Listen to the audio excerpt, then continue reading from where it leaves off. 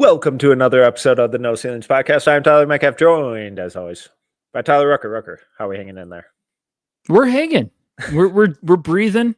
Woke up today, so that's always a good sign. That's all I got. How are you doing? Fantastic. I don't know if you missed it or not. I was kind of annoyed with the group chat earlier today. Wow. You guys were talking about basketball and I just hate when that happens. completely ignoring the fact that Michigan just dropped the bag for the number 1 overall recruit and quarterback in next year's class, Bryce Underwood. So got a whole bunch of that film queued up. Party time. Is that so excited? like what's the equivalent to that in basketball? Just like tanking for a year and then quickly thinking like, oh, we got the number 1 pick. It fixes everything. It's the AJ DeBonsta sweepstakes for Okay. I've watched 0 seconds of Bryce Underwood, but everything I hear is that he's freaking incredible, and apparently worth like $11 million. Could you imagine coming out of high school and being like, and just having 11 mil dropped in your dropped in your lap? No, I cannot. That's pretty ridiculous. Yeah, I can't have this conversation basically with you because of Arizona football. You know, we're trying to build up. You guys have a reputation. football program? We do actually now. It apparently was just good enough to enter the new conference of the the Big 12 or the Big 28 now. So hey, J-Mac going to be a top 10 pick in the NFL. So, you know, I'm always watching. Congratulations to your Wolverines. I'm glad. I will say to you, I know you're a Wolverines guy, and this is the last thing I'll say about football for this episode. I watched one of their games this year with that quarterback fiasco they've had, and thank goodness they're getting a quarterback because, my gosh, I wanted to poke my eyes out. And this is a Vikings fan who watched Brooks Bollinger and Tavares Jackson and Christian Ponder over the years. I could go on and on. You know how it feels. Go Lions. So yeah, congratulations. Very proud. Very happy for you. Welcome to the Detroit Lions hour of the, oh my God. Hey, great name too. Underwood, right? Yes. Yeah, we'll get on, we'll get on the line later. The YouTube highlights flowing at 3 a.m. are always great. We'll see what we got. That's not what the people came here for, though. We skipped it last week because we had decided to do a mock draft instead. And a mock draft over at NoCeilingsNBA.com came out on the site this week. Group mock draft, really fun. Go check it out. But also what came out on the site the week before was our first composite big board. So No Ceilings Plus subscribers had access to our preseason draft guide where we had write-ups on all these guys, really in-depth analysis, numbers, all the comps, strengths, weaknesses, player chemistry, all that good stuff. So if you missed that, go check that out. But today we're running through our composite No Ceilings big board. So the last couple times we've done something like this, it's been Rucker's and I's and mine kind of individual rankings, our individual bias, all that kind of stuff. But this is the whole team's composite rankings. So we're just going to run through them 5 at a time through the first 30, 10 at a time through the second 30. And we'll go from there. We'll have some fun. We good? Yeah, we're great. Let's party. All right. So at number 1, Cooper Flagg. 2, Ace Bailey. 3, Dylan Harper. 4, VJ Edgecombe. 5, Yegor Demon. Likes, dislikes, surprises, disgust. I don't really think it seemed pretty chalk for me. There was a lot of Yegor love, but I think this is why we say this all the time. The big rules, we always put this out on the website. The big rules, the first mock drafts, first big boards of the year, everyone calm down. Like everyone relax. It is just, you're dipping your toe in the water. You're seeing how everything is. And I always say like the second, third, maybe fourth big board installments are the movement. Like here come the climbers. Here comes the pictures getting clear. With this one, I think there was a lot of VJ love. There's still some believers. And I think there's still some people that love Yegor, but are like, I'm 80% in. Me, I'm in. I'm all in. But I think it was a little interesting that VJ still had that above. You know what I'm saying? Do you agree? Yeah, and I moved Yegor ahead. I have Flagg in his own tier, and then Ace, Dylan, Yegor 2 through 2, 3, and 4 in their own tier, and then it's another group of like 6 where I've VJ plus a handful of other guys. It did surprise me a little bit that VJ kind of held on to that number 4. I think it was pretty close based on average ranking. But the process, some of the process stuff with VJ hasn't been bad. Just the results haven't quite been there. It hasn't been what we want. There are obviously improvement areas. I would expect those names to flip on the next version, but I don't think it's outlandish to still believe in the 2+ years of eval and opinions, and not have 2 weeks overrate that. Yeah, I think VJ is going to be a little bit of a roller coaster in the first half of the season, just because there's going to be some games where it's a little ugly with the shot, and then you get some other games where you're like looking at the box score or looking at the tape, and you're like, my goodness, he's just fantastic and can really make an impact everywhere. He's just got to find his groove. I also just am starting to loathe the Baylor fits. And shout out Scott Drew. I know he's a heck of a coach, but it just seems like always it's just a tough system. But I've liked a little bit of VJ. I was a little shocked. My 4 is the same as your 4, and I feel right now I'm like, is this just my 4? Like it's amazing right now. Yeah. I feel like I'm like, hey, this is gonna be the 4. I've never felt this way this earlier in the year, and I'm like, this is gonna be my 4. Could you see that expanding to your 5? Yeah, there's one, and there are a couple names. Obviously, if there's a couple names, if VJ starts to find his groove again, there's definitely one other that we'll talk about later. For me at least, that could get dangerous. Any other thoughts? Do we want to go down the Ace Bailey path, or we can? Would you like to? What would you like to do? Balls in your court.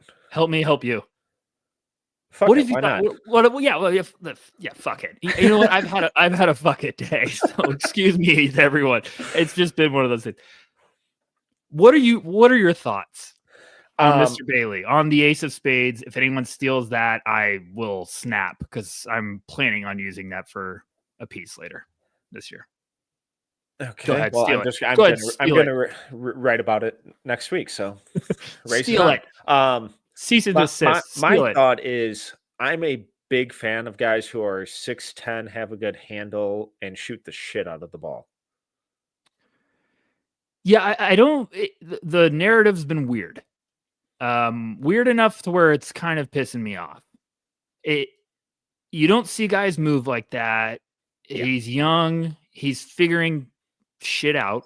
Let's give him some time. He's in his second college game. He's hitting some shots that are ridiculous.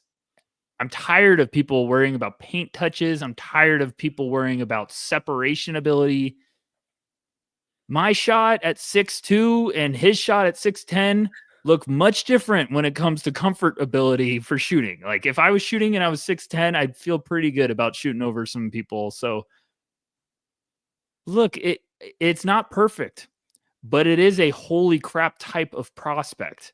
Yeah. There is talent here that is just coming together that is going to be horrifyingly fun for everyone. And I feel like we get every cycle. We had a bit of a rant in the group chat today. It was like fantastic. I was like, every cycle, it seems like there's one guy. Everyone's like, there it is. There's the bullseye. Let's pick his game apart. We should be picking these guys apart if they're going to go top 5, but it seems like Brandon Miller was the guy because he wasn't that athletic, or he was actually a little bit older for a freshman. We're like, okay. Then he started lighting the net on fire and everyone calmed down. Ace had some plays last game and people got quiet. A lot of people that were believers were very like, okay, here we go. And it's just been weird. It's been weird to me. I understand the tough shots he takes, but he makes some. Well, he makes a lot of them. So, yes, I'm expecting he's going to have a coming back down to earth game, and people are going to be ringing the dinner bell. But man, every time I watch him, I'm just shaking my head at some of the stuff he can do on the court. Yeah, and would it be great if he got to the rim whenever he wanted? Sure. Sure. Do I love all of his shot selection? No. Would be great if he was a super overly dynamic playmaker. Yeah, it'd be awesome. Show me one other guy his size who can move the way he does, handle the way he does, and shoot the way he does, who also just turned 18 a month ago. Um, it's it's a lot of overthinking going on, and when he there are a handful of clips that keep circulating of like, oh, this is such a bad shot selection where he drives middle and has to spin back over his right shoulder and knocks down a fadeaway jumper. But the reason he does that isn't because he's scared of going into the paint. It's because there are 2 to 3 help defenders playing gap defense and collapsing on the drive. So would you Yeah. rather have him just try and barrel through multiple help defenders and probably turn the ball over, get called for a charge, something dumb like that, or have him show some of the most dynamic shot making, if not the most dynamic shot making in this class? Yes, there are areas to improve upon, but what are we doing? It's just the separation conversation, the handles. Yes, I've written about him plenty of times. We've spotlighted that his handle is a part of his game that needs to get better. Mhm. He's 6'10". The ball takes a little bit longer to come up there, and he's young. He's going to figure it out. I've talked to plenty of coaches around the league, developmental coaches. They're like, we'll work on the handle and the shot are the biggest areas that we can improve because they're going to be grinding on it all the time. If that's the area we're worried about with Ace Bailey, we're going to be fine. Yeah, because the rest of the tools are special. Special. He's only a week, but all of the intangibles that I saw felt very real. And it's like, oh, okay, cool. This is a kid who gets it, who wants to lead, who's a good teammate, and is going to work his ass off. So is he a perfect player? No, none of these kids are. They're 18. Is he incredibly talented and has a ceiling that's astronomically high? Yeah. Yeah. Does he take some tough shots? Yes. If he's taking tough shots at 6'4", I'd be like, okay, I'm worried. Yeah. Like, but he's 6'10". Like, shot selection isn't created equal. The shot selection does need to improve. There is times where I say, okay, Ace, that's a tough one. But there's also like he has a couple of go-to moves now where I'm like, if he's gonna hit that regularly, and I'm not talking about what he's shown right now, like he's shown, you know what I'm talking about. He's had that little drive elbow, like kind of gets to it and like fading away elbow free throw line jumper in the lane. Like that's going to fall. Also, what the point you point out, we saw him for a week. He was incredibly impressive with just like his demeanor on the court. Then Corey went and saw him again, like months later, said it's the same guy. So it's like, that's telling us more and more like, okay, you're going to get Ace is a dog. He is what you want. So I just think, yes, I'm pumped out of my mind with his start.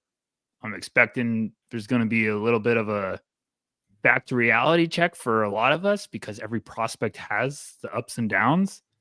But man, if you don't like this kid, I don't know what to tell you. This is everything you dream about for a high potential prospect. It is incredibly easy to look at these guys and be like, he can't do this. He sucks. That's the easy part of this very easy process. What's difficult and what I find more enjoyable is, okay, what isn't he great at now? And how realistic is it that can improve? But also, does he have a special skill? Does he have an elite skill? I think is back in the day, that's what Mike Schmitz always referenced whenever he was like, all right, whenever I go see these guys, it's trying to identify what is their elite skill. Cooper, it's his defense. Ace, it's shot making and scoring. Now you put that in a really athletic 6'10" body. So yeah, is he creating a ton of space? Is he having step backs like Trey Mann had? No, because he doesn't need to, because he's 6'10". All right. Last thing I would say is find out what they can do. Yeah. Makes it a lot easier. Then you can put everything else together. Schmitz has said that before. I've talked to other scouts back in the day, and this was the first thing they said is, what is their NBA skill? Figure that out. Everything else falls into place. Don't. A lot of people, I think, obsess what can't they do. Yeah.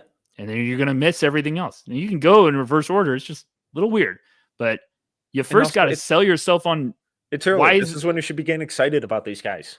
Well, watch a prospect and say, how is he getting on the court? Like that's the first thing I will do. Is how is this guy getting on the court? Then you start to go down the list. But how is he going to get minutes? And if you really want to get weird, I usually go, if I take away that, now what's the next thing? And you just have a fun time. So, okay, that's all I had. That was fun. I needed that. You know what? I feel good. Yeah. All right. Let's take our first ad break, cool off a little bit, and we'll be back with the rest of the big board. Okay, moving on to number 6. We have Trey Johnson, 7, Nolan Traore, 8, Con Knipple, 9, Asa Newell, and 10, Ben Suraf. Kick us off, Mad Scientist.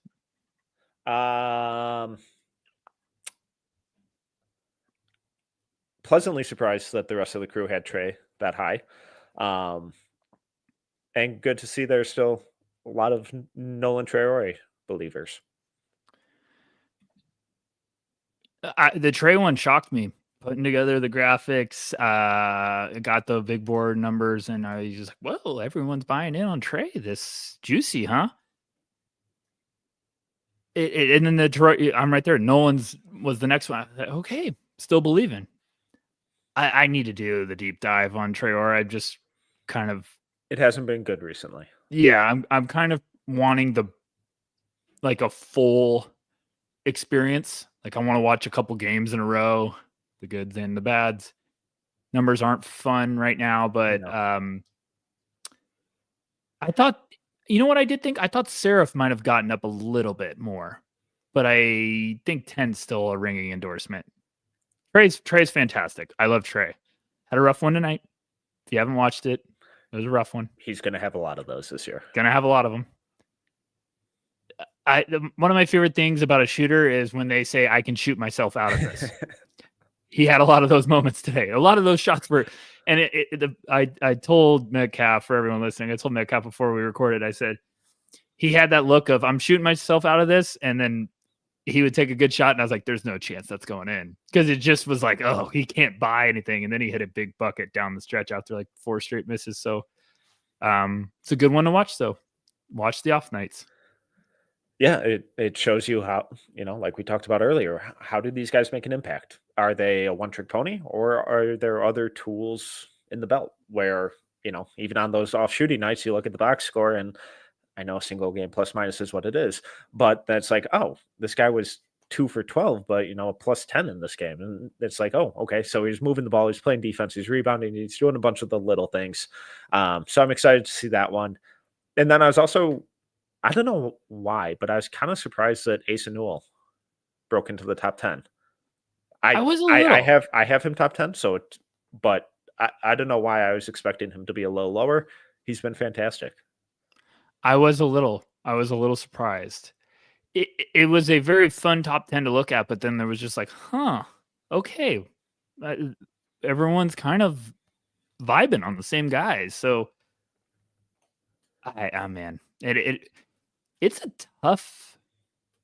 tough right now because I'm looking at some names behind this that we'll talk about in a little bit on my personal big board. And I'm like, I really want to move you up. And I'm like, I don't know who I want to move down. Like, a lot of these guys. So I had no problems with this top 10. I really thought it was a good slate. Maybe I could see some small movements moving forward, but I don't know if there's going to be any like humongous ones. I think there's one that we'll get to in this next. No, next one. All right, you good on top 10? Yeah. Go ahead. Okay, moving on. 11 through 15. At 11, we have Kaman Maluach. 12, Hugo Gonzalez. 13, Colin Murray Boyles. 14, Kasparis Yakushonis. And 15, Liam McNeely. This is a vicious lineup. Oh my gosh, I forgot to tell you this story the other day. I said I was going to tell you on the pod and I forgot. So I'm watching the Duke game the other night. My wife's trying to just be like the biggest supporter of all time. Shout out my wife. And Malawak comes on the screen. They're like doing his bio and everything. Malawach. Damn, I thought I had it right. Malawach. And they come on the screen, and I think I texted you, and I was like, I'm convinced they're saying his name wrong. And and my wife, they're doing a bio. They got a graphic up on him, and I said, "How would you say his last name?" And my wife goes, Maluch. I was like, oh my gosh, I love you. It's like I knew there's a reason I married you. I couldn't wait to tell you. So for everyone that doesn't know the joke, I've been saying Maluch sounds cool. I swear it wasn't planned. She said it. I was like, oh, that's fantastic. I've had him lower on my preseason board. Probably the reason he's at 11. I'm buying. I've already moved him up a big bunch. I'm intrigued.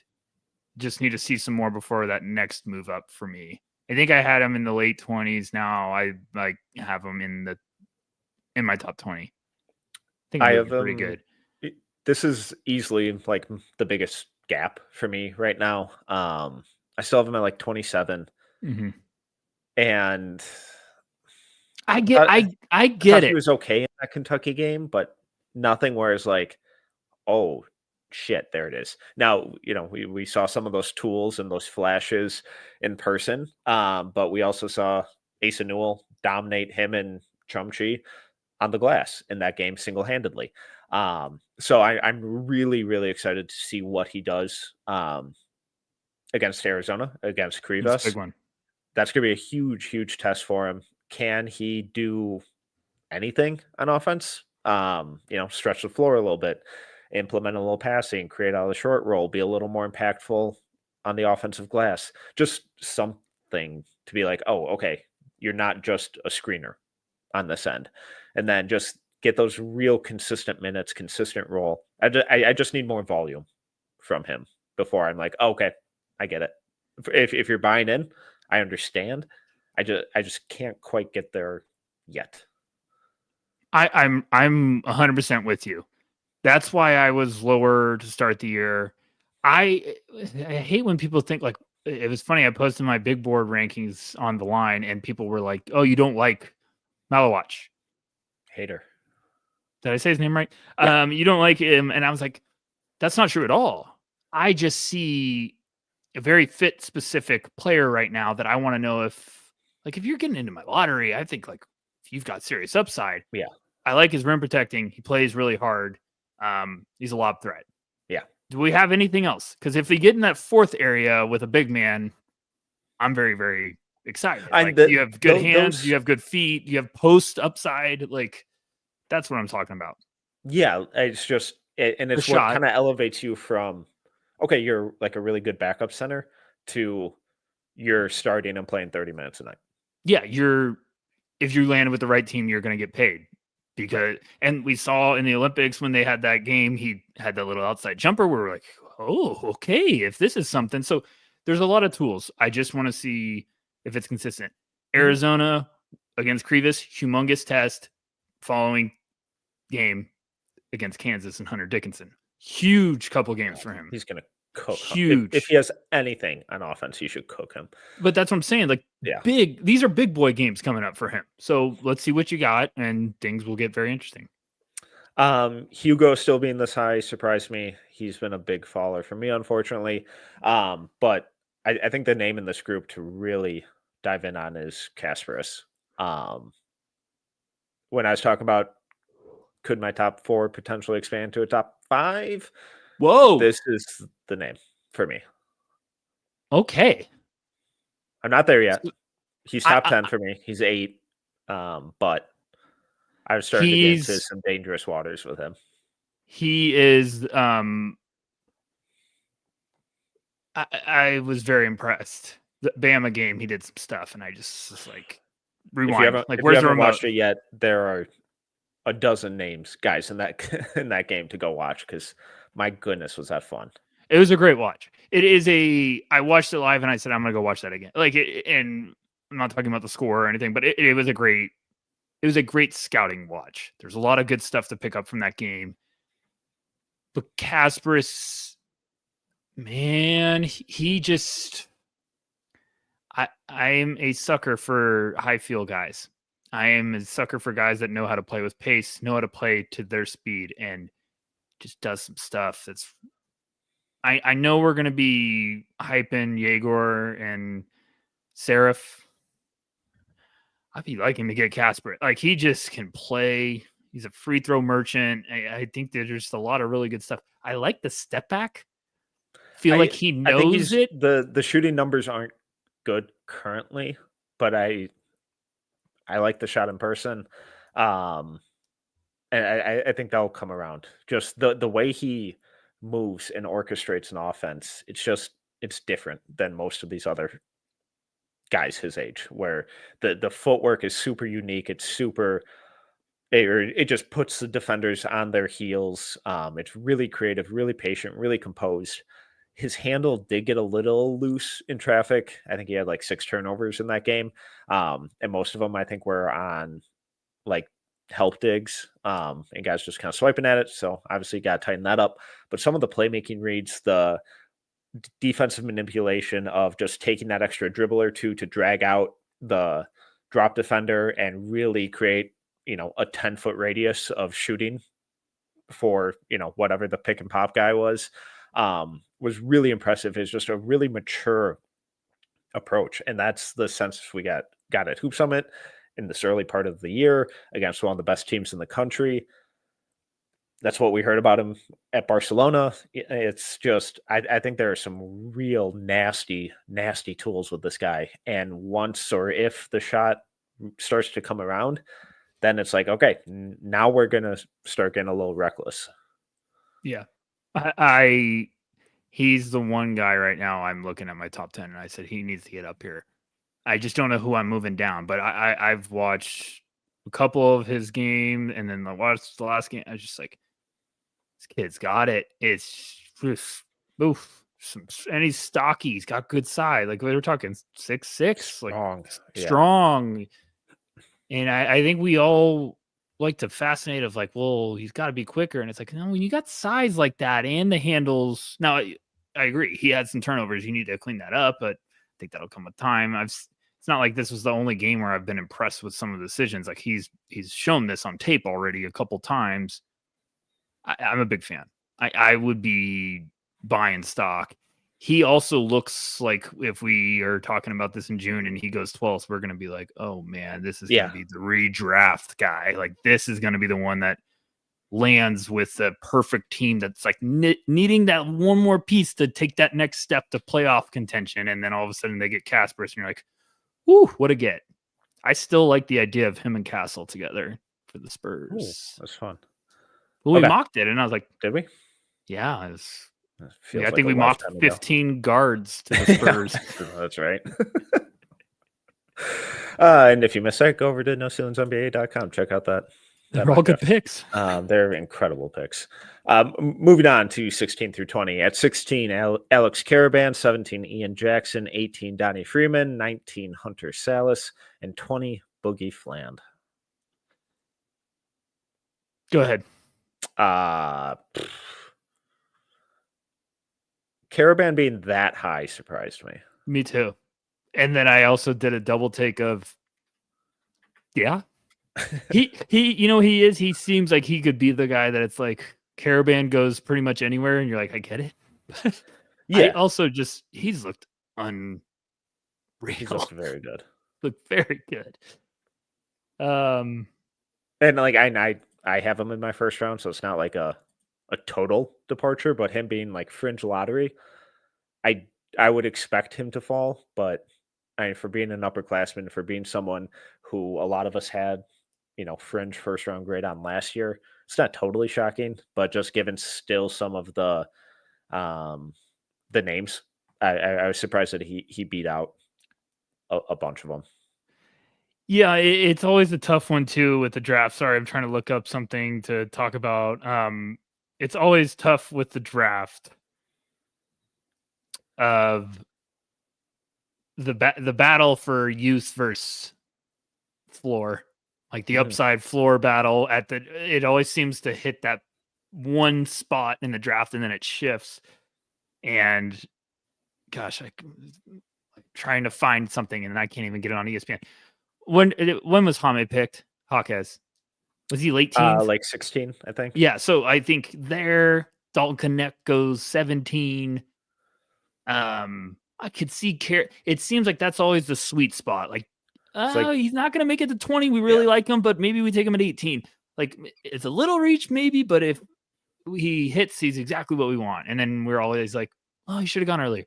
I get it. If you're drafting the older guy, but Caravan, I think he's averaging like 4 blocks a game right now. He had that one game that was like 8 blocks, but still, it's ridiculous. His first game, I think he had like 8 or 9. but it's ridiculous. It's hilarious. Looking at his numbers, they're all impressive, and then you get 4.0 blocks. Like from an uber explosive athlete like him. What else would you expect?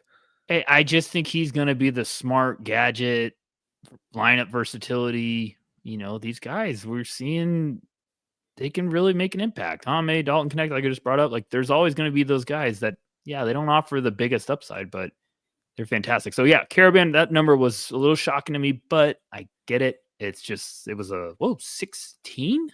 It's like, we're flirting with the lottery in the first preseason board. So, anything else besides our knight in saving shining armor at 20? I loved it. He's moving on up for me. Big Boogie Flant fan. Oof, a little tongue twister. And he's been fantastic. I think he might be I'll go with one of right now. One of the best point of attack defenders in the country. Just the way he gets over screens, uses his hands, plays with physicality despite not being the biggest guy. It feels very Case and Wallace-esque, just not with that same level of strength. Yeah. I'm trying to figure out, like, I think I want to, like, where are you at with his finishing? Do you think it just is like, hey, I think that's where physicality and like the current strength kind of comes into play. I'm not loving it. Yeah. But I also think there's room for improvement. It doesn't feel like he's like shying away from contact, where like the one of the big issues with like Terquavion Smith back in the day, what was that, like 2 years ago back in the day, was that like he would get downhill a ton and get to the rim a lot, but he was always like awkwardly contorting his body to avoid contact and just do everything in his power to not get touched. It's like, all right, man, like you should be drawing 3 times as many free throws as you are. But also it's like that's not a great indicator for like what needs to be improved upon, because guys get stronger all the time. It's a lot easier to get a guy to be stronger.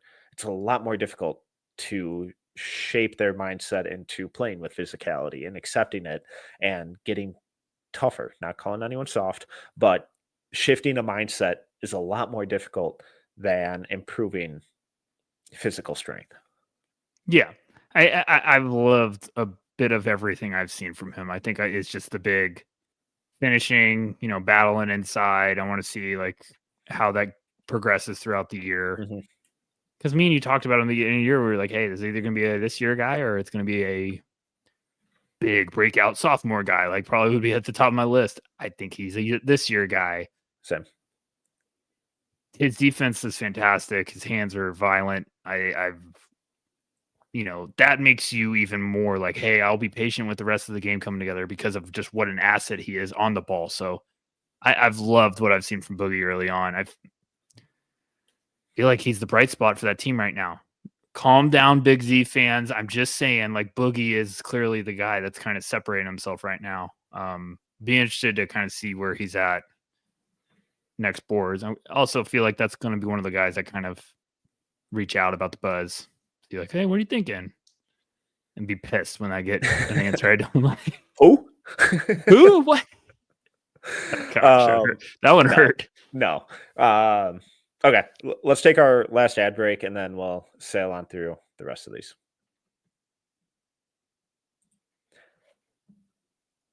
At 21, we have Kwame Evans Jr., 22, Drake Powell, 23, Noah Senge, 24, Derek Queen, 25, KJ Lewis.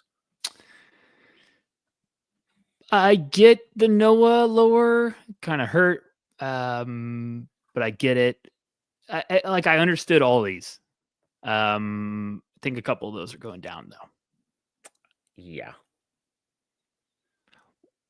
Ian and Drake are really frustrating for me because it screams like, hey, you're going down, and then we're going to probably see some stuff, and maybe you come back up. But they've both fallen a lot for me right now, but it's is it you're just like, hey, it's not going to happen, or is it no, what it's you've seen just on the like, court, yeah, or just like, hey, the minutes aren't going to be there? it's just from what you've shown so far. Like Yeah.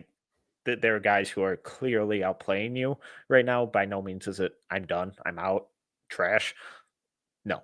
But it's just keeping an open mind long term. I'm really intrigued to see what they look like come like conference play time. Yeah. And if their minutes are still what they are and their production is still what it is, then it's gonna be like, all right, not gonna happen this year, or shouldn't happen this year.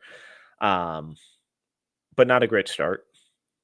Not a great start. Kwame is hurting right now because he was on fire to start the year, and it just seems like it's just been ugly. So wait and see there. In other news, Derek Queen, fantastic. KJ Lewis. I get it. I get it. We got another one, folks. We got him. I get it. What made you switch? It was the way Corey's gonna be pumped about this. It's the defense, did it? I know it. It's always the defense. It's the last thing that needs you to swing. Where do you have him? 16. Good. Welcome. Drinks on the lawn. Great. Yeah, I'm a big fan. I'm pretty in. I'm blanking on who they're playing.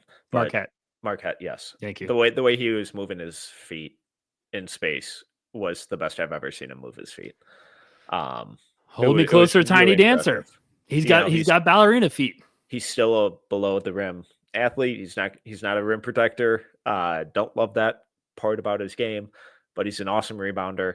And if he can kind of play at the level in the pick and roll like that and keep guys away from the rim and kind of have his rim protection start a little further out like that, I think that's really, really encouraging. And then on offense, he's getting to the rim whenever he wants. He's just dancing on people. It's insane. I'd love it if he shoots at all or starts showing off the playmaking, because we know that's there. We know that's there, Derek. Show it. That's the thing. Like, it's just going to start oozing out, and people are going to be like, what the? And it's special. He's vertical pop is weird, and then all of a sudden he has like those long arms, and he'll like throw down with power, and you're like, where is this? And he's just so skilled in like the touch and stuff. Like, he's legit. So what? For some reason, what clicked for me was like, oh shit, this feels a lot like Naz Reid at LSU, where he's like Nas shot it more than no. I know what you mean. But highly rated recruit, bad body, and not a great athlete. But the way he moved his feet, the way he got to the rim, the way the scoring stuff, and then it's like, oh shit, like, and then maybe it's just because I've seen Nas in person, the way he's transformed his body over these last couple of years, but it's like, if Derek Queen has any sort of that type of body transformation, watch out. Feet will keep you alive. Yeah. If you've got good feet and you got a frame that people are like, I don't know, but if you got good light feet, oh man, you'll have a shot. You got a real shot, because like then it comes into the point of like, hey, I can get around people, but they'll just bounce off of me because of my physicality, my frame. And I think that's what Derek is like. He's got the great feet. He's got good hands. He's got good touch. If he and like biggest thing I had coming into the year was like, he's got everything I would want for a extremely skilled big. It's just, can the defense be there? The Marquette game was a very big game. Yeah. For scouting purposes, that was a very big like eye opener for Derek Queen. Like I think he's going to be heating up. So it's I'm very proud of you. Welcome. Also, KJ Lewis rocks this year. He looks like a completely different player on offense. The defense is still insane. But the way he's attacking closeouts, moving the ball, handling it, it looks so much more comfortable than last year. Yeah, the in-between games coming along this year. A lot of people wanted the outside shot to be consistent. Obviously, I think that's a big deal with development, but I think when you can start to figure out the in-between game, that's a humongous step. Like, I would prefer that than the outside shot only. He had to show some sort of offensive growth. Yes, and he's showing it now. Yeah. So in a big way. It's going to make him an even more interesting player. I think he's going to be cooking by conference play. And we're going to be like, hey, KJ could be a top 20 guy. Like, he's just, I need to go back and watch. I feel like the defense hasn't been as consistent as I wanted, but I also don't know if it's just they've had some switching issues. Mm-hmm. And that's mostly, it feels mostly like a communication thing. Probably is. Like, some guys on the court. He's insane, but like that. I'm blanking on who these guys are playing. Indiana, not Indiana, Wisconsin. Yeah, there are a couple back cuts in that game. Also, God, Wisconsin just plays the grossest brand of basketball. Probably my least favorite, enjoyable game I've watched in a long time. So yeah, that one was brutal. Unless you're super into charges being called every 20 seconds. Yeah, I saw refs were dry. I was like, this game can take 5 hours to finish. So yeah, I know what you're saying. That Arizona looks. Tommy's got to figure out that rotation. There's some guys on the court that shouldn't be on the court. So I like KJ. I think that's, get on board while you still can. If you're not, agreed. All right, rounding out our top 30 at 26, we had Roko Zakarski, 27, Jaleel Bethia, 28, Darian Reed, 29, Will Riley, and 30, Carter Bryant. One of these names doesn't belong. One? Oh, I was saying going up. Oh. I'd say two. One for sure. I'd probably say two. I'd say two. I would say right me and you have two. One, Will Riley's look good. Will Riley's look good. Carter Bryant is, I would buy in for a very good ROI if anyone's looking for that. He needs to be on the court. Yeah. There's just some stuff where I'm like, you got to play this game. I don't care who's a vet in the start. Like, you need to play him. So got a big one tomorrow for Duke. I hope they play him against Duke and let him get his spotlight. But he's been impressive. Yeah, and his feel is just very obvious. The skill, the passing, the defense has been very good. Obviously, he has to shoot it, but you know what he is right now? He's playing good. Like, he's pumped to be on the court, so he's making good decisions. Mm-hmm. Where sometimes I'm like, hey, take over. Yeah, go to work a little bit. Like, come on, you can be the guy here. Like, he's making the right plays. Like, oh, guys are gonna love playing with him, but sooner or later you got to be like, okay, it's Carter Bryant time. Yeah, him, Will Riley look very good. The other three, I would imagine Riley's probably top 20 next time around. He's been shooting the crap out of it. Some really smart passing stuff. I just love his activity on both ends of the floor, where like on offense, he's constantly cutting, relocating, just really active. He's not just standing in the corner. And then on defense, I think he works really hard. Screen navigation's not perfect. LeBaron and Philon put him in jail constantly in the pick and roll. In that Alabama game, he's really skinny. I'm not totally sure who he defends because of how kind of easily he gets put in jail and how easily ball handlers are kind of able to just discard him. But at his size and that work rate, those are really encouraging to me. And I think at a minimum, you can work with that. You can do something with it. You can figure out how to get the most out of it as he gets stronger. But I've really come around. He looks like a totally different player than what we saw at Hoop Summit. I've come around too. I've been impressed. I'm not just hating when I say this. The frame really worries me. Really worries me. Physicality is very underrated at the next level. He is thin. He's got good length. He's listed. I don't know if that's 180 with like bricks in in his shoes or what. He's thin. Yeah. It's very fluid, score, bucket, great size, a lot of stuff. You're like, yeah, I'm in. And then you're just like, people will go at him. Yeah. People will target him regardless of how tall he is. And then offensively, if you're getting, the dogs on defense at the next level, they will have a field day with you.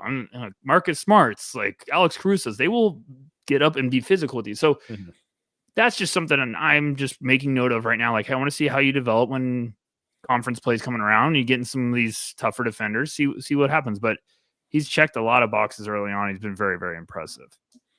Zakarski, I was really surprised was this high. I don't get it with him. But his role has been really frustrating. Just weird minutes and not really allowed to do much of anything. And then Reed, I'm struggling to get.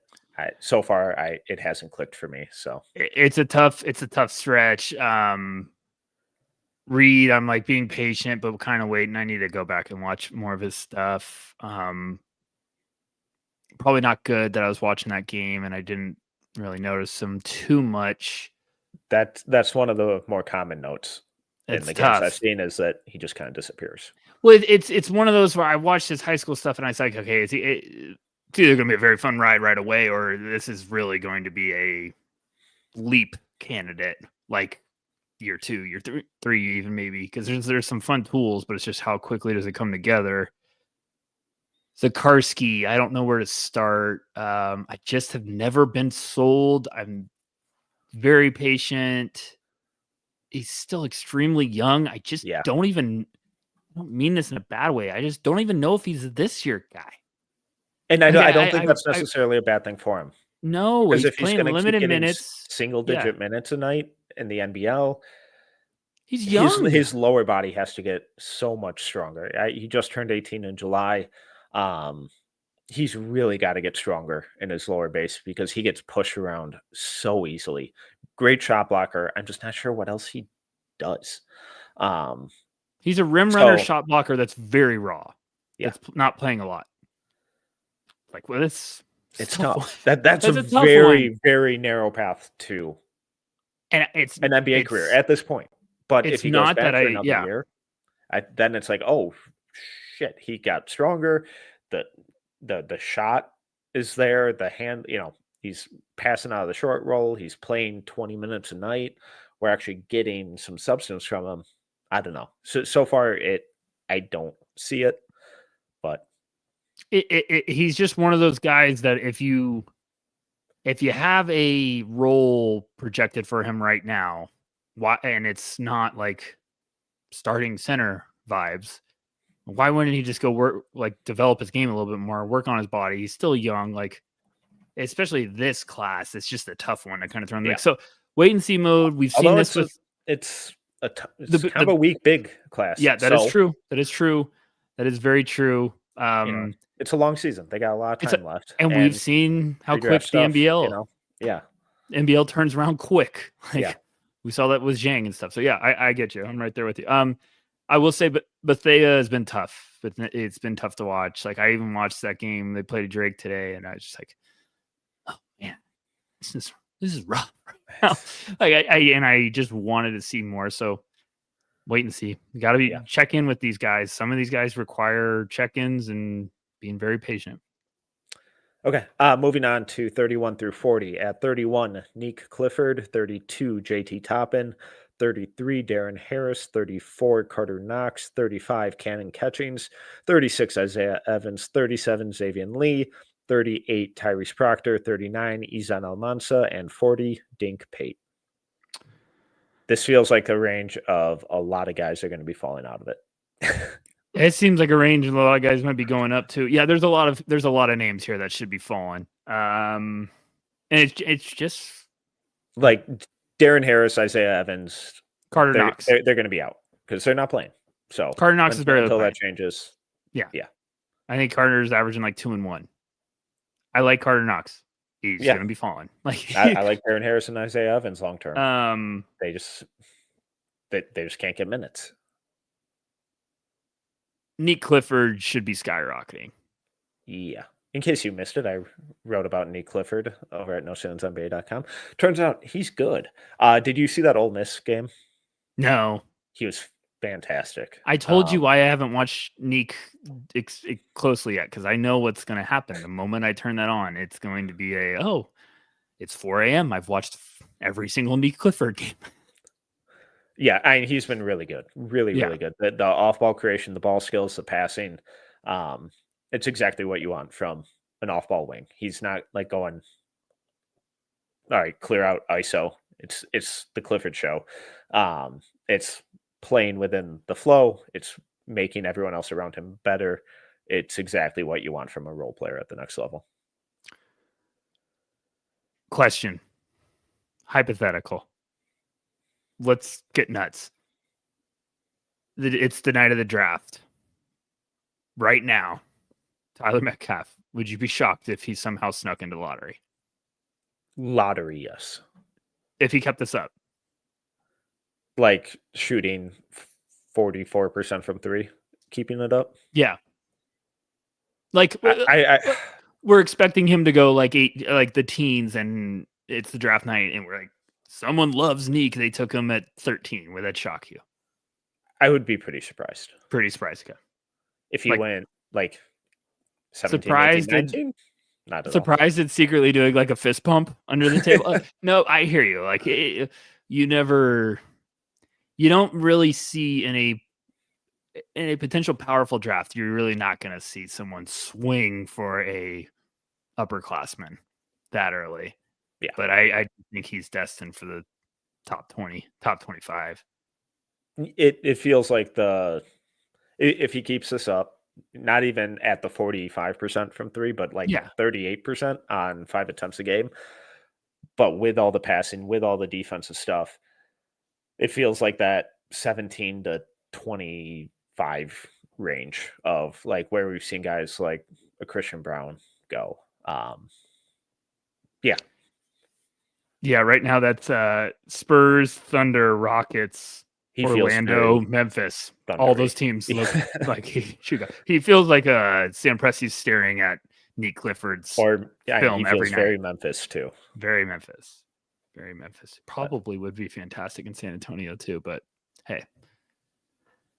Okay.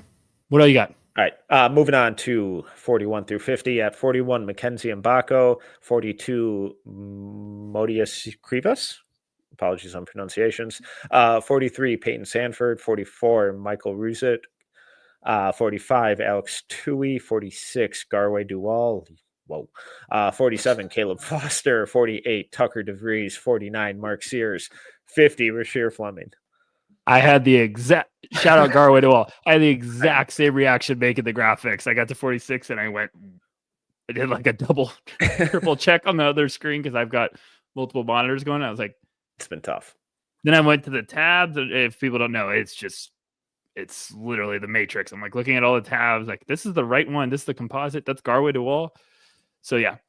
And I think as I was making that graphic, he had a game where he like played 3 minutes. So yeah, we all doubled down at the casino and lost again. Thoughts? I was a little surprised in the turn that the Alex Tui love had taken. I was told that I was being reactionary for, being skeptical about the shooting through his first 5 games because the mechanics looked funky. For what it's worth, he's down to 27%. So it's fun to pat yourself on the back sometimes, isn't it? Yeah, sometimes we don't need it, but just sometimes it's. I love his defense. I love the cutting, the rebounding. But I'm surprised that he fell that far. Mbako's been shooting the crap out of the ball. And playing. I think he had the back to earth. He hit the back to earth game today, but he's been very, very impressive. I'm still buying that. I just don't know how high. Ruzic is the one that if you're looking at numbers, you're not going to be in, but I was very bummed that he got hurt because I think he will shock some people when he comes back onto the court. Do we have a timetable or timeline for that injury? There was. It wasn't. too bad. I think our international man of mystery actually told us in the group chat, and I forget, but it wasn't too bad. Maybe it was a couple months. Yeah, well, he's just the one you gotta just don't give up. Just wait till he gets back. It Who wouldn't be else? it wouldn't be totally shocking if there were some NBA teams that were like, why don't you be extra careful and not push it? Don't Yeah, we have a great yeah. Why don't you come over, second get round a second pick. opinion, and Yeah, um, that seems like some shady stuff coming up but soon. But things were starting to click for him. It wouldn't shock me if he moves his way into the first round. His defense, especially, was looking very good.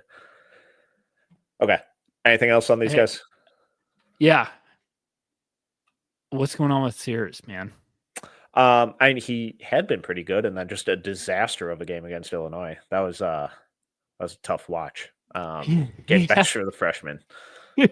He had an They had like 4 straight offensive rebounds, and I think he And he took like missed, 3 threes from the exact the, same spot. And it's just the like third one. I was like, please go. I think first one went long, second one was short, third one was like off the back of the rim. It's like, God damn it! I literally that's me shooting. I make fun of myself all the time. I was like, oh my gosh. So yeah, I don't know what's going on. And then yeah, it was a tough showing. I think he had 0. He had a goose egg, right? No, he got 1. I think it was like 1 for 6 or something. But got benched down the stretch. So, go ahead. Anywho, moving on, rounding out this this top 60 at 51, Milan Momcilovic, 52, Zvonimir Ivicic, 53, Cam Jones, 54, Jameer Watkins, 55, John A. Broom, 56, Ryan Kalkbrenner, 57, Adu Thiero, 58, Coleman Hawkins, 59, Igor Milicic, 60, Adama Alphaball. It's going to be hilarious with some of these names next time. A lot of these should be skyrocketing. Thiero has been awesome. Yeah. Kalkbrenner has been fantastic. Cam Jones needs to be going up. He's my favorite name from this list. Yeah, me too. By a wide margin. I need to watch Big Z. He had a big night the other night. I need to see him do it against someone real. Yeah, me too. Because I think also their first 3 games, he was a complete no-show. Where are you at with Johnny Broom? We'll talk as a UDFA. I'm not going to spend draft capital on him. He's been good. Johnny Broom. Here's a this or that. Johnny Broom or Coleman Hawkins? Oh, Johnny Broom. Yeah. Okay. Good. I was so angry making that graphic. I was like, I'm just kidding, guys. Like, we root for everyone, but I was like, again, Coleman Hawkins comes back next year. I have to make another preseason Coleman Hawkins graphic. I'm gonna lose my mind. Yeah. So it just an interesting couple of names there that I think should be going up. Kalkbrenner for sure should be going up. He's been awesome. Especially with this big class, I think he could very easily end up being a top 40, if not higher guy. Yeah, it's early, but he's going to start shooting a decent, like a handful of times. We've gotten teases of it in the past, but it's been like maybe 1 attempt a game across a full season, if that.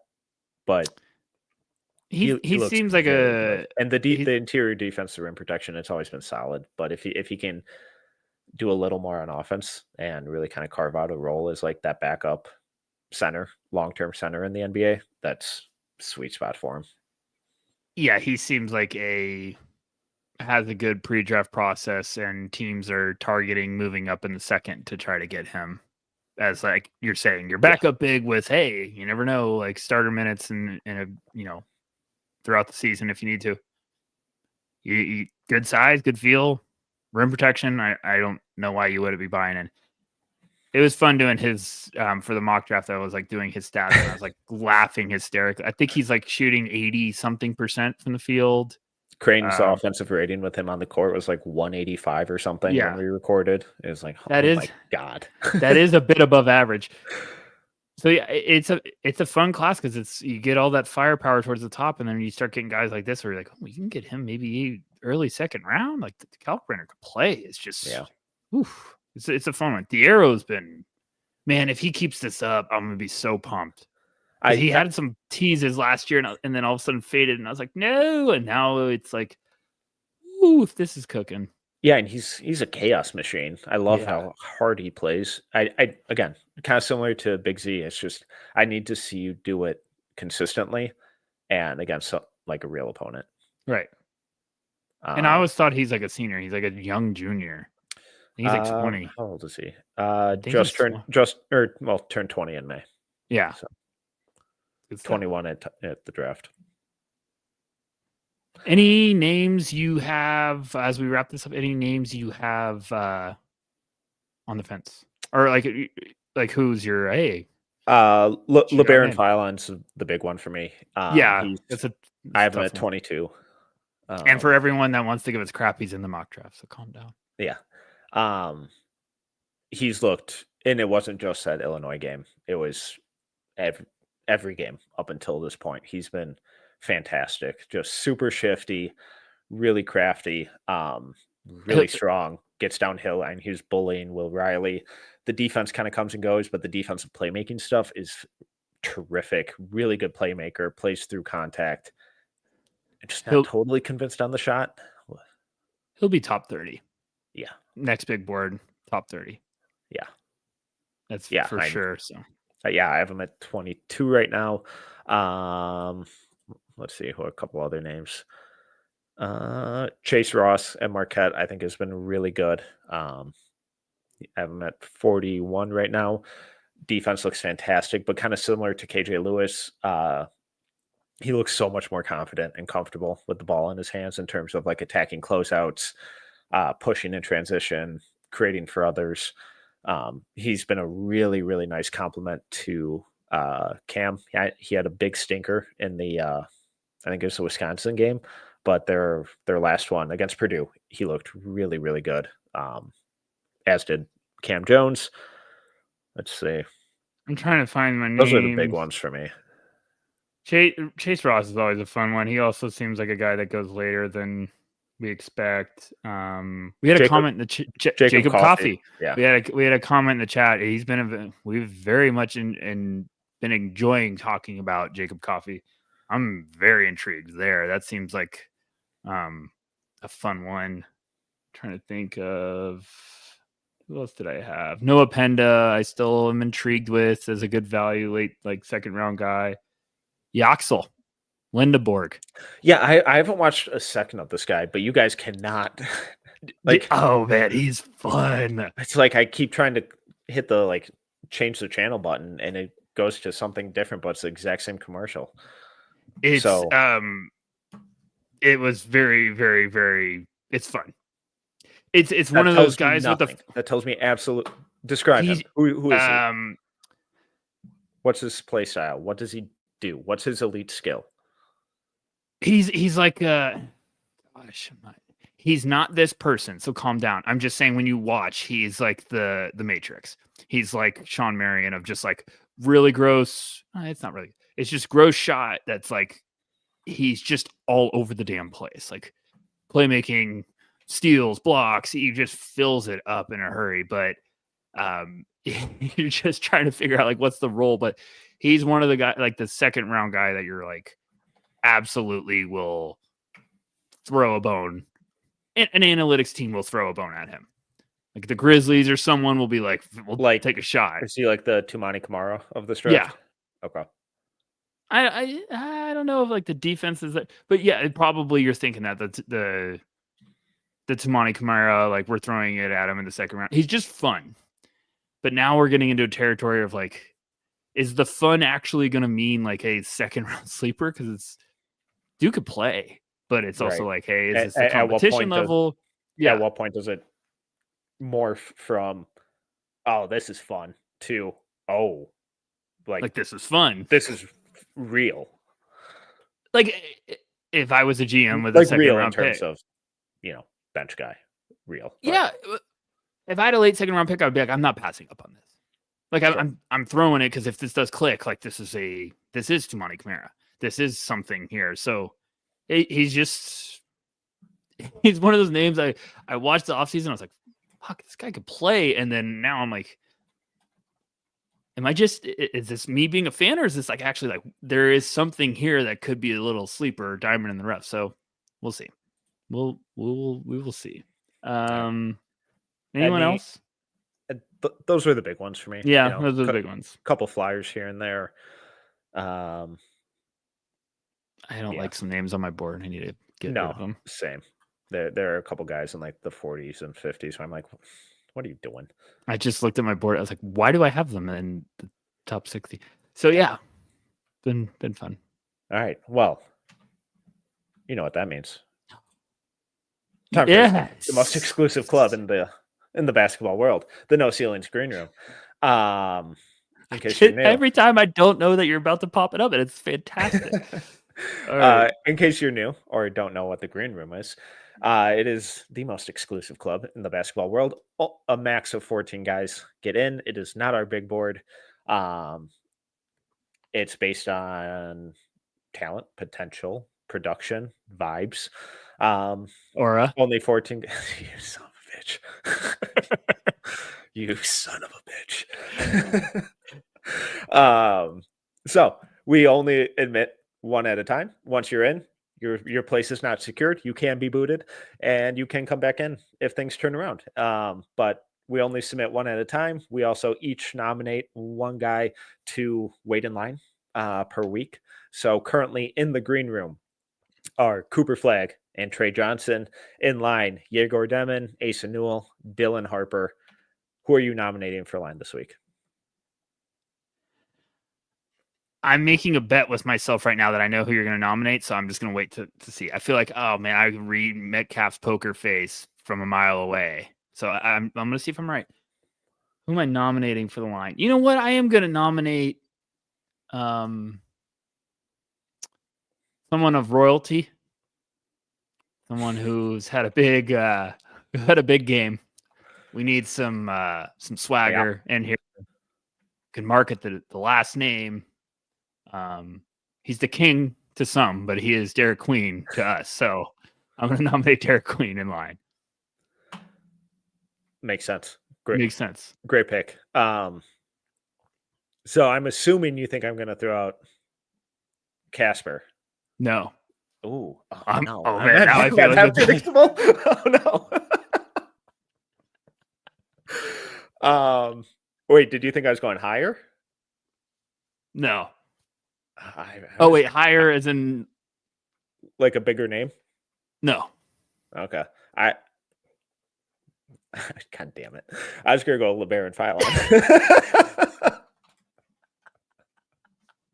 I literally saw your smirk, but when you started ranting, I said, he's gonna nominate LeBaron, isn't he? God damn it.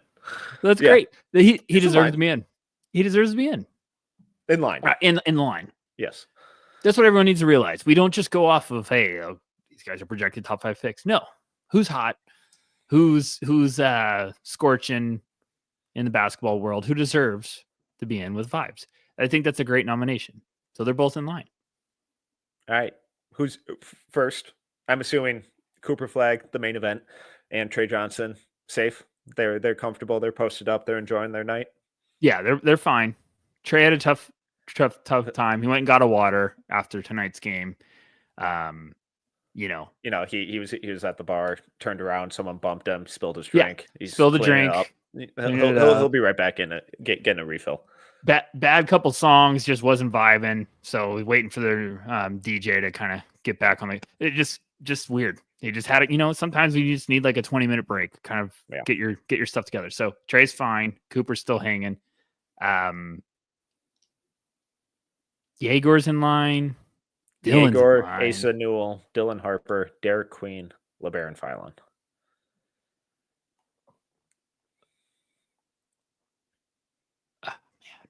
Can we put Yegor in when he's shooting 50% from the line? He's shooting 60, 50, 50. I've never seen that. It's unbelievable. It might be 65, 55, 50. It's ridiculous. What are you thinking? I'm kind of leaning Yegor or Derek. Derek or Dylan? Derek. Wow. But like Yegor, Dylan, I thought about nominating Ace. I kind of need those guys to play someone. Well, we got Ace and Dylan about to go play Bama next week, folks. They're about to, and things could change next week. We're talking about this week. And Derek Queen put on a fucking show against Marquette. I'll give it to Derek. Yegor is very seems easy. We're also, if we put Derek in, we're reuniting teammates. It's an underrated thing. There's a lot of chemistry that is now suddenly coming together. They both played at Montverde. Shout out. Remember that we did a podcast episode like our first year, and I think we got a DM. You kept calling it Montverde? Yeah. Like it was a salsa? Welcome to the show. First time? So, Montverde. I'll go Derek. That's an underrated thing is we got to get some chemistry. Maybe Cooper and Trey are just, they're not vibing. Maybe they're a little, haven't gotten along yet. Derek comes in. He's Mr. Personality, kind of connects them. It's the three amigos now instead of just Derek or just Trey and Cooper. Maybe it's, a smart idea. Break the ice a little bit. And he's killing it on the dance floor. He's killing it. He moves those feet. He's also a big man out there. He's probably walking in with a crown. Buying in all of it. I mean, he had the Maryland preseason photos with the crown. This is a good one. If we get Yegor in there, there might just be not enough chemistry to kind of balance it out. All right. I'm good with this. Wow.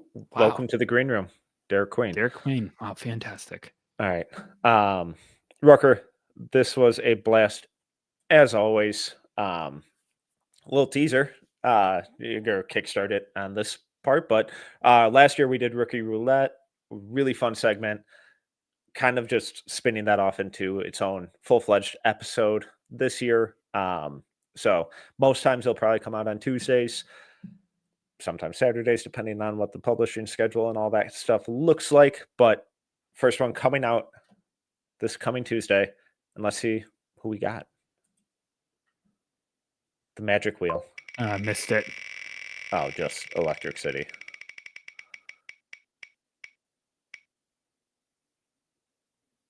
Who we got? The big man himself, Donovan Clingan. It's funny watching that because I saw some names and I had a panic attack of wait, and then I forgot. Oh yeah, they're rookies. Why is Sar on there? Yeah, so it tells you how throughout the year we'll be breaking down these rookies, their season so far, and we will be having guests on who are a little more ingrained with those teams, with those markets, and have really been watching those guys every minute throughout the entire season to provide a little more insight. But we really enjoyed doing it last year and wanted to kind of expand on it and kind of keep giving you guys more and more of this NBA stuff with the developmental stuff. So that'll be out on Tuesday. Got a really fun guest for it. Keep an eye out. It'll be on your feeds. It'll be on YouTube. Subscribe, all that good stuff. Make sure to go over to NoCeilingsNBA.com. Nathan wrote a really, really, really good piece on Jared McCain today. Go check that out. Rucker, you got something coming on Friday, right? Got something wild. Little bold, little aggressive. Might make some people laugh. Might make some people cry. People might slide in my DMs. But you know what? Sometimes the site needs a little bit of a crazy person. I think I'm going to take that nomination. I actually am very proud of it. It's bringing, I talk about it in the intro, but it's a segment special to my heart. And I think I know ceilings. It's finally time to unleash it. So I think people are going to like it a lot. Talking NBA, talking draft, talking basketball in general. So it's all hoops. Love that. Very excited for it. Make sure to go check that out. No Ceilings, NBA.com. No Ceilings on YouTube. You can watch all our pods. We have a ton of film breakdowns going on over there. So many more to come. No Ceilings across socials. We're both on Blue Sky. I believe I'm at Tyler Metcalf. Are you at Tyler Rucker? Tyler.Rucker, Tyler_Rucker. I don't know. Search it. You'll find it. For No Ceilings? Or for Twitter? Tyler_Rucker. No, Blue Sky. Oh, Blue Sky. I'm just, I think it's just Tyler.Rucker or Tyler Rucker at Blue Sky or whatever it is. Just look me up. We're there. You'll find me. Check it out. Thanks for everyone in the chat. This was a blast. In case you missed it, if you're just tuning in on the live stream, go over to noceilingsnba.com. Check out the mock draft, check out the big board, and all of the awesome pieces everyone on the team keeps putting up. But if you enjoyed this episode, please make sure to subscribe, rate, review, all that good stuff. Until next time, see ya.